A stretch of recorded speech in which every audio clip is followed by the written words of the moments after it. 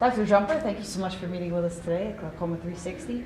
You had a presentation on intraoperative antibiotics that you had approved for your own eyes. Can you tell us the main points of your presentation? Yeah, it was kind of a self-serving talk because maybe somebody in that audience is going to be operating in my eye one day, and I want to make sure that the things that I have learned about intraoperative antibiotics and the things that complications that can arise from the use of them I pass along. So the bottom line is that there are some complications that can occur with the use of intraoperative antibiotics. That could be periocular antibiotics or inside the eye antibiotics like intracameral antibiotics. Now there's been a lot of evidence that intracameral antibiotics can decrease the rates of endophthalmitis, but some of these antibiotics have potential side effects. The ones that I talk about have to do with sometimes overdosing or producing, putting in an antibiotic in the eye that's at the wrong concentration, such as has been described with cefuroxime, that can lead to severe consequences to the eye and to the retina. Another is an idiosyncratic reaction by the use of vancomycin, which can cause an intraocular damage to the eye with severe vasculitis and occlusion and sometimes complete loss of vision. Now that happens very rarely, but when it does happen it can be devastating. And one of the big problems with hemorrhagic occlusive retinal vasculitis, or HORV, is that it happens not immediately after the surgery, but some days after the surgery, anywhere between 1 and 21 days, so that some people unfortunately have had surgery in one eye, then they get surgery on the other eye before the first eye even has symptoms, and then they have a devastating problem when they were coming in for cataract surgery and now they are fighting for any vision because of this problem. So the third thing is some of the maybe antibiotics that we shouldn't be using at all in ophthalmology, one being aminoglycosides.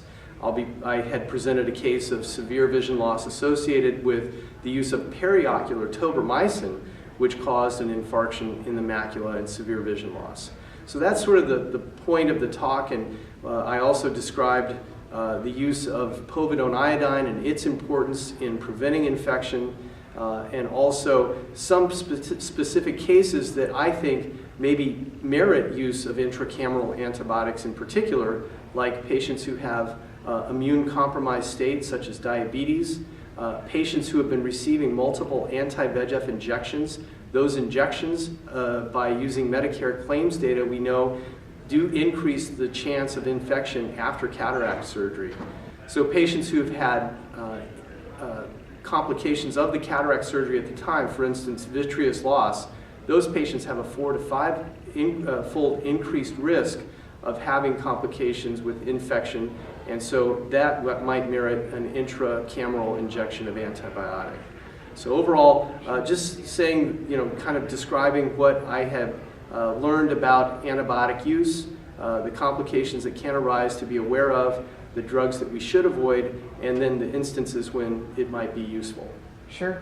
What would you say for the clinician, the things that they should most be aware of, and what can they really take in their practice on the day-to-day from that? Well, I think that they should be aware mainly of these issues that go around the fact that we do not have an FDA-approved drug for intraocular use, that the compounding of the drug adds one more layer of complexity and potential risk, that we have to take very good care to compound these medicines we're putting in the eye very carefully to prevent a medication error that could lead to toxicity, to be aware that vancomycin can cause this idiosyncratic reaction, and if you feel a patient really needs to have intraocular vancomycin at the time of their cataract surgery, to examine their eye afterward, to wait 3 weeks between doing one eye and the next eye so that you could catch this potentially devastating complication if it does occur and avoid doing surgery on their other eye. And also to make sure you're using povidone iodine, which is really the main proven way of preventing and reducing infection risk. Great information. Thank you so much for meeting with us, Dr. Jumper. Thank you.